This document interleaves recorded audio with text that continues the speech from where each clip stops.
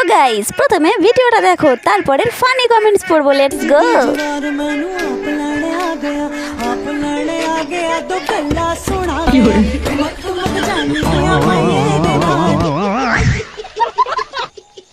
हमको मारो, हमको जिंदा मत छोड़ो सालो। ভাই গোহায় ঢুকে গেলি, बड़ा हरामी हो। ওটার গন্ধে মরে যাবি মারা। ভাই তুই ভেতরে ভালো আছিস তো? বিচিটা খুলে রাখবিসি। কত ধরনের যে পাগল আছে দুনিয়াতে।